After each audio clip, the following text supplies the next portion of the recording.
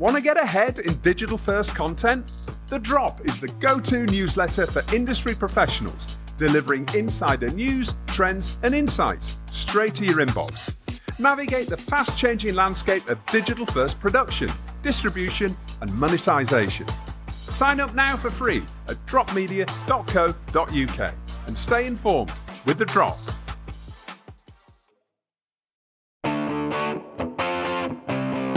Hi, I'm Justin Crosby and welcome to another episode of TellyCast. This week's show is a live recording from How to Make Money in Digital with Tim Taylor MBE, the creator of Time Team. Tim and I had a chat on stage about how he brought one of the UK's most beloved factual formats into the digital-first era. I hope you enjoy the show. I've been really looking forward to this, Tim. Yeah, well, I think that, one of the things that we've tried to do today is, of course, we've talked about Sidemen, we've talked about various different other digital-first successes and some of the elements and components of that.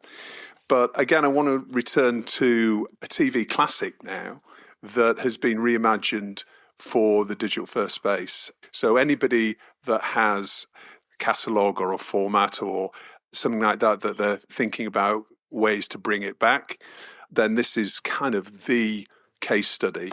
And I'm delighted to be chatting with factual TV royalty, I would say, if that's is that all right? You're not making me feel more relaxed here. Oh, no? I'm putting you on the spot. I'm just an old guy when I'm impressed by your energy out there.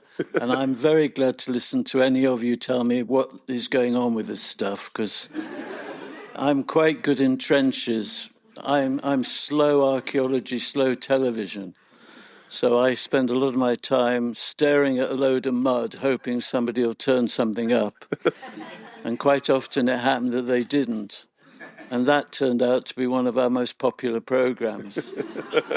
When I went to Channel 4 originally, I had an amazing meeting with Michael Grade and a lovely lady called Andrea Wanfor. I told her what the idea was, 3 days with a bunch of crusty archaeologists. And we're going to be excavating and trying to find something, but we may not find anything. So she looked at the budget and said, so you're not going to find anything? And I said, well, it's possibly, we'll hope to find something. But, with all credit to Channel 4, we had 20-odd years.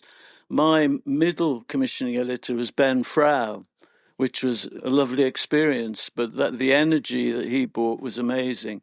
But it meant that, we were given them a proposition that was a bit iffy, and I would encourage you that if you've got a brand, to understand the brand well enough to know what you're not prepared to cross. There should be certain lines. If commissioning editors say something suspicious like, we'd like to refresh the brand, then head for the door. And luckily enough, we had a community around us who wanted Time Team back.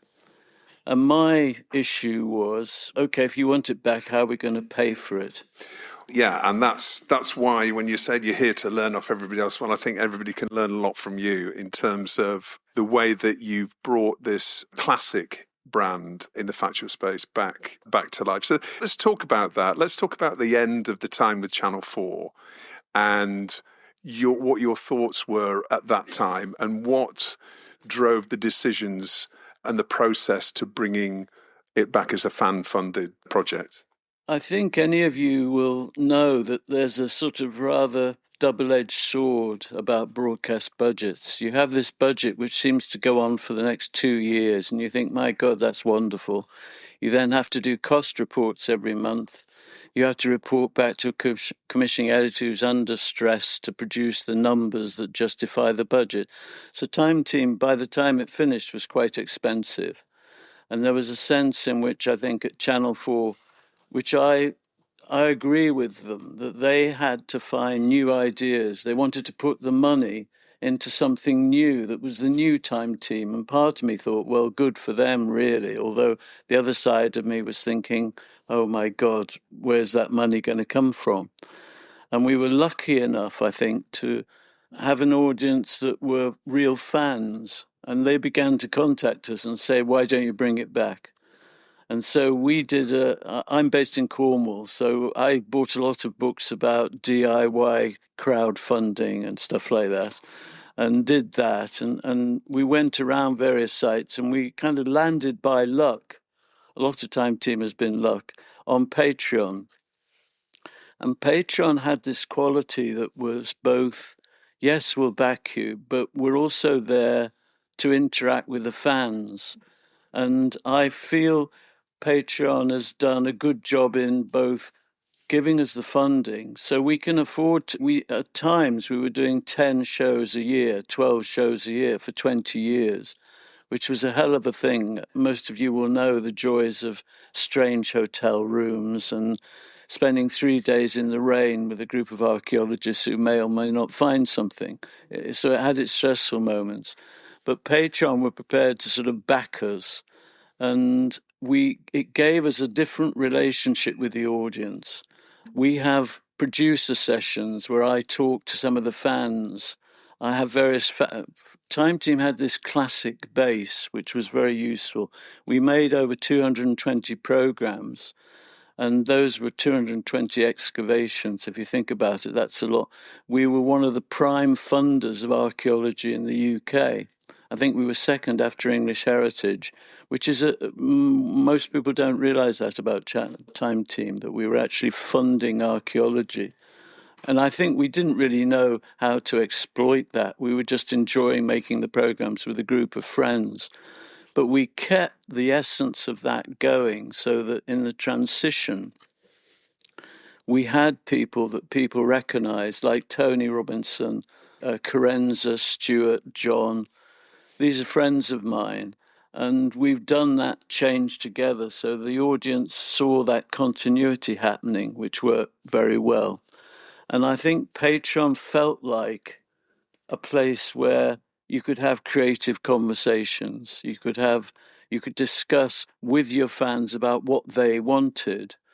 And I'm not sure we did it particularly efficiently or effectively, but we began to listen to what they wanted from the program. And it was a funny thing that they came up with. We've been back for 5 years now. Somebody from BBC rang up last week and said, could they do breakfast on the sofa with Tony? Because they just heard Time Team was back. And I thought, my goodness, we surely need to talk to more PR people or more press people, because... That's BBC for you. Was this? Oh, bless them. Anyway, so that produced a sensation of having funding.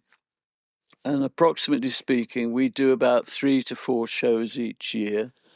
We've got a podcast going. They go out on YouTube. They go out on various other channels, which I can give you the numbers for if you're interested in numbers. But it produced an enthusiasm. We thought, we'll see how it goes. And we got 1,000 people signed up in the first 2 days. And every time I set a target, which was my limited managerial response to it, I said, let's go for 5,000. We got that in the second week. Then we went to 10, and we're now on something like 11,500. 17,000 if you include the people who signed on free for a coffee, as they call it. So basically, there's a largish group. My problem was, and I got a bit irritating about this with the rest of the team, I said, if we've got 370,000 people on YouTube, I think that's the figure, something like 370,000, why have we only got that number on Patreon? It didn't sort of make sense to me, but people said, Patreon, we're the 4th highest Patreon group of people, subject, program. We're the 4th highest, and they said, oh, you're doing wonderfully. And I kept saying, well, 350,000 here, and where are all those other people? And I think that's a question about, we made this transition with very few people. I had an allergy to middle management staffing after I finished Time Team, because basically I looked around the office sometimes and there was like 60 people and I never knew what they were doing a lot of the time. It was like we had the whole researcher who suddenly becomes a co-producer. So how did that happen, And I love that. I love encouraging people. But by the end, the wages bill was alarming for Time Team. Well, yes, sorry. So let's talk about that transition then, because obviously when you have essentially a gatekeeper, like a channel, who they manage the relationship, if you like. No, I wouldn't say even manage the relationship, but they have the relationship with their audience. So how did you attract these Patreon subscribers and funders? Because, presumably, did you have databases to go to? Did you have social channels that you reached out to?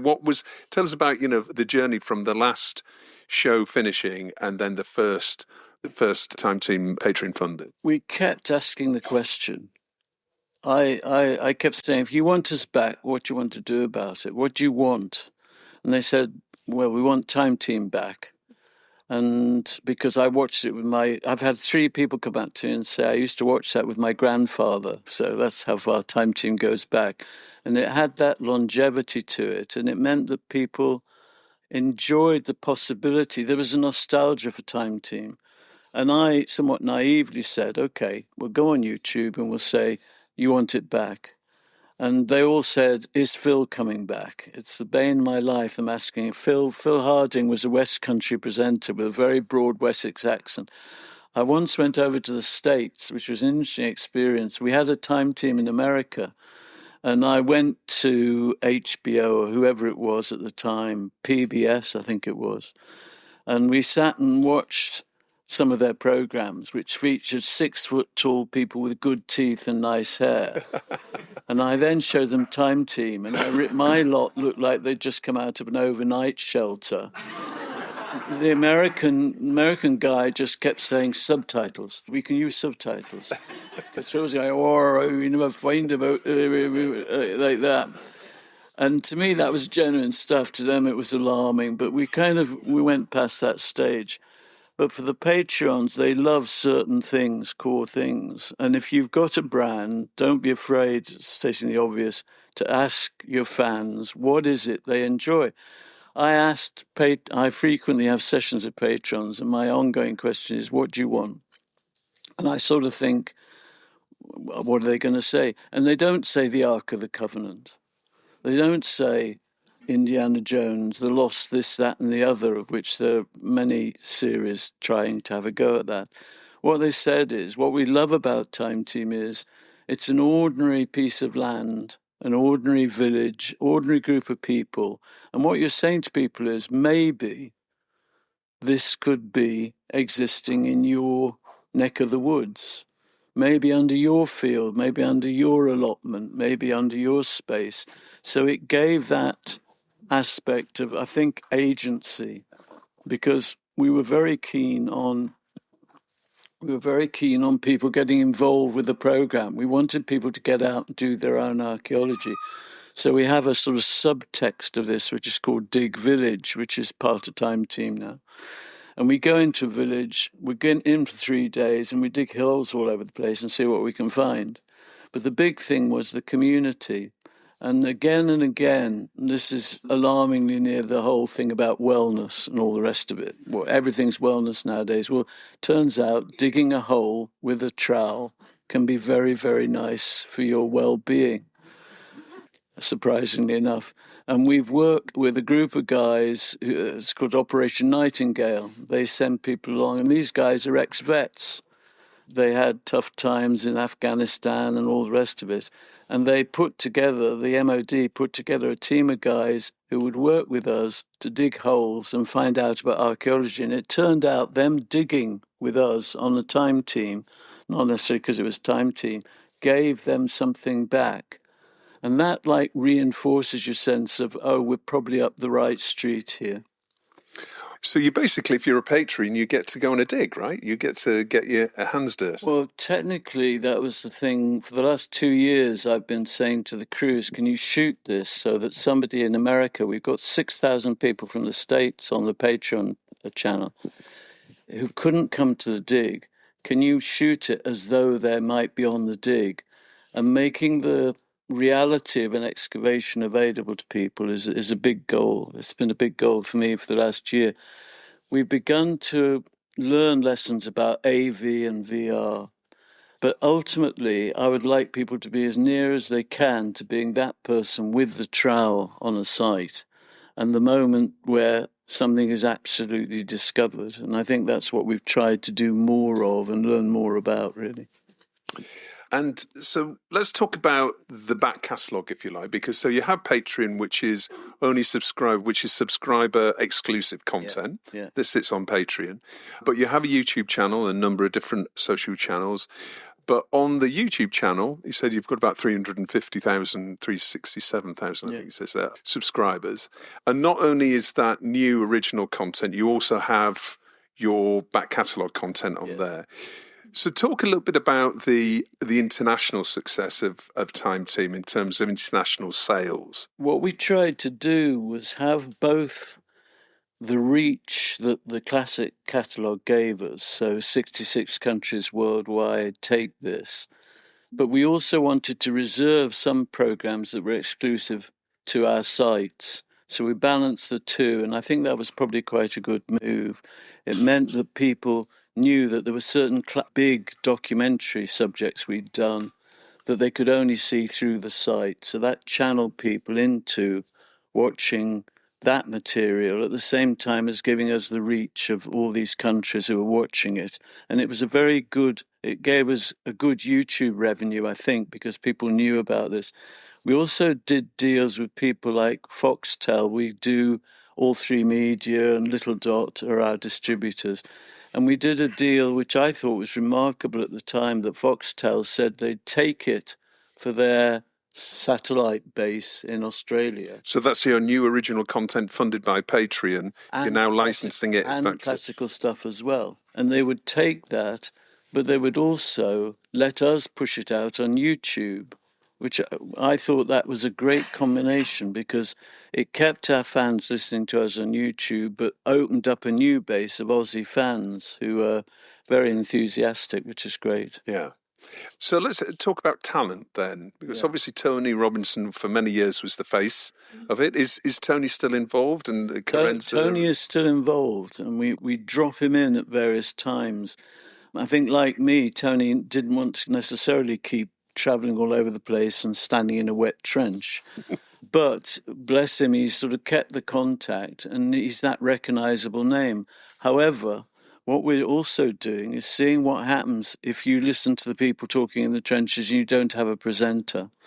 And we've tried various programs where we've had presenters and not had presenters. And it seems to me that we're moving. If you want to see something really alarming, if you're a history documentary maker, I don't know how many of you out there are history documentary makers, but there's a channel called Chloe versus History. Has anybody seen that? That's like a 10-ton truck rolling down the road towards all history producers. I mean, it's really quite an amazing thing to watch. This is off your question, but that's going to happen, I'm afraid. Yeah. This is an AI-created presenter, female presenter, who's talking you through the great events of history. So she's walking backwards through Vesuvius exploding or Titanic sinking or some major event from the past. And it's informed by somebody who clearly knows what they're doing with history and archaeology. But you see a background of material which is all AI produced. It's amazingly convincing. And I sit there thinking, well, how did they know that? How did they know the mosaic was there? And my view of that is I want to know what the evidence is based on. I sometimes think we're getting near to a kind of time travel, but Time Team is about grumpy archaeologists saying, how can you know that? Hang on a minute. One, she has a goat that appears out of nowhere, and there's various other things going on in the background, and you think, was that based on real research? But it's so good. It's alarmingly convincing, and we're looking at ways of getting more versions of Time Team out that may begin to go along, because we've always had huge amounts of data. We record all the landscape, we record every find, and this is all data-led.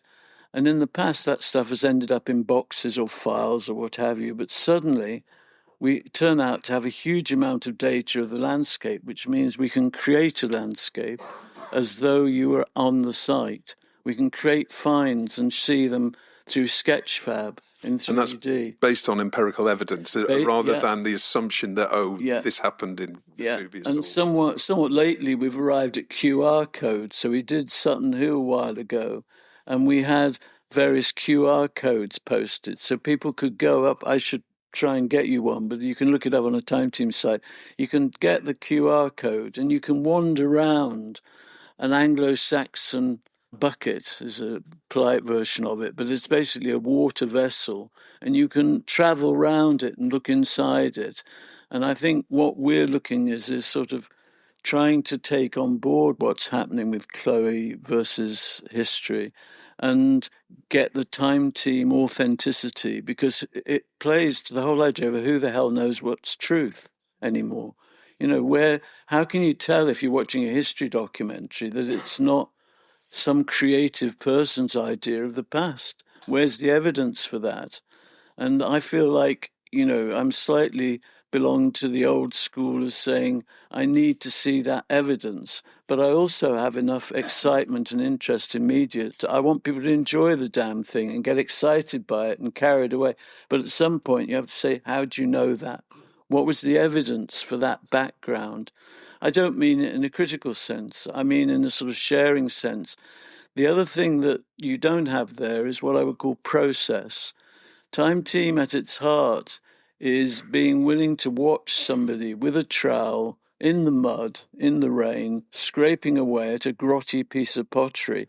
I think Harry Hill did a whole series of spoofs on Time Team at which somebody would hold up something that looked like an old dog biscuit. And everybody would get terribly excited and say, oh, yes, that's clearly a Roman vase or something like that. Of course, we didn't know that was the case. But that proving the truth by showing the evidence and sometimes getting it wrong. And this is a very old-fashioned word, but Time Team played very strongly with the idea of jeopardy. We may not find it by the end of 3 days. The Science magazine called it Heisenberg's uncertainty principle in archaeology. We would have several different theories. We should dig here, we should dig here. Oh my God, we dug in the wrong place. We still had to do the archaeology of the wrong place before we could move on. So you really didn't know what was going to happen. And it's a kind of credit to Channel 4, really, that they coped with that and said, God, just get on with it. We don't know what you're doing, but we like it. Just get on with it.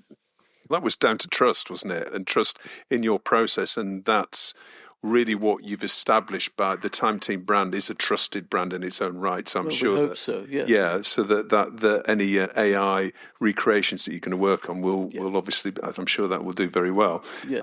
So talking about Time Team, let's talk about the production team now that the Patreon funding supports then. Yeah. Tell us about how the team has changed from the days of Channel 4 production to the team that's now producing the shows. I think at the height with Time Team, we had about 60 people in the field, in the offices and working with us. But what we've done is we had a conversation. It's less charming than it sounds in a way, but we talked to people and said, what do you want from your process? Because various members of the team have been through the mill of making 10, 11, 12, 13 of these programs a year, which was hard work. We had 3 edit suites at one stage going in various parts of London, chasing around and finding how edits were going. The current team we've got is about 10 to 15 people maximum, with a core of about 7 or 8 who make the major choices, the producers, directors, researchers. All of them wanted another life apart from Time Team. They wanted to stay with the family or they wanted to do something else. So we encouraged people who came and said, well, I don't want to do this full time. How does that work out? I mean, in practice, they've all ended up doing it full time. But, it was that was the atmosphere of it. And we make 3 shows, 4 shows a year. And that's enough to give the Patreon guys, the YouTube guys, what they want.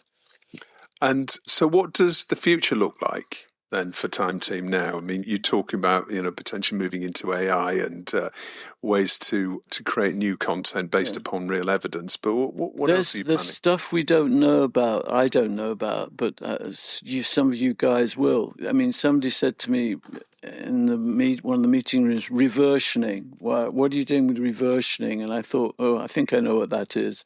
But basically, he said that ability to take what you've got and do something else with it. And I'm not sure how that balances out for us. I'm not sure how, if people are always saying, why don't you go back to Channel 5 or go and see Ben? Is Ben still at Channel 5? I don't know, or Channel 4. At the moment. And say, why don't you take it back to them? And that appeals in some ways, but in other ways, if I take that to Channel 4, there's somewhere else other than the sites that are going to be able to watch it. So if you can only see it on YouTube or you can only see it on Patreon, there's a kind of, I understand that relationship. If it suddenly starts appearing, which would do partly the job of my frustration that not everybody knows Time Team is back, by at least getting it out there on a broadcast channel, the water cooler moment, the conversations there. Did you see what they found the other? About 3 days ago, we did a site called the Princely Burials. This is a bit of archaeology, so you can nod off if you like. We found 2 burials side by side, teenager and a youngster. And the youngster had an Anglo-Saxon sword with him. And there were various other finds. And these 2 figures have been preserved in a field for, since Anglo-Saxon times. And when we sent the DNA for these 2 figures off to the Crick Institute. And it turned out that this was a brother and sister. We deal with archaeology that matters. Yeah. So finally, for the producers in the audience then, I suppose it's 2 questions in one. How big does a brand need to be for it to be able to work on Patreon? And what sort of subjects? Archaeology is obviously something that people are incredibly passionate about, and we're talking about fandom here. What do you think would be the other sort of genres that you think might work from a fan-funded perspective? I'm not sure I know the answer to that. But what I think can happen is that if you've got something you believe in, start small, don't hire in large numbers of people, and see if you can get it across. See what happens when you drop it on Patreon. That will be your answer. And then let it develop from there. Because really anything out there might be interesting. There could be a whole range of subjects, but it's sort of beginning to get that relationship. I think there's something about those guys who we dig with who find the basic process interesting, and I know about that process. Other things might work equally well. And I think it's a question of try it, but be true to your format. Try and remember that, you arrived here because you want to do it. I mean, you might have arrived here because you want to make money, but, if you've got something you really love doing, or you've got a group of people who, my guys are now all sort of 65-ish, or 60-ish anyway, and we're still loving doing it. When we do it, the cameraman, the crew, they all want to know what's happening in Trench 3. There's that sort of thing. And if you've got a bit of that going, then that is probably what someone on Patreon is going to want to see. Okay, well, we're out of time now, Tim, but that was fantastic. It was great to speak to you. Thank you for coming and sharing that with us. And please give a round of applause for Tim Taylor. Thank you. Well, that's about it for this week's show. I hope you enjoyed it. We'll be back very soon with another episode. Until then, stay safe.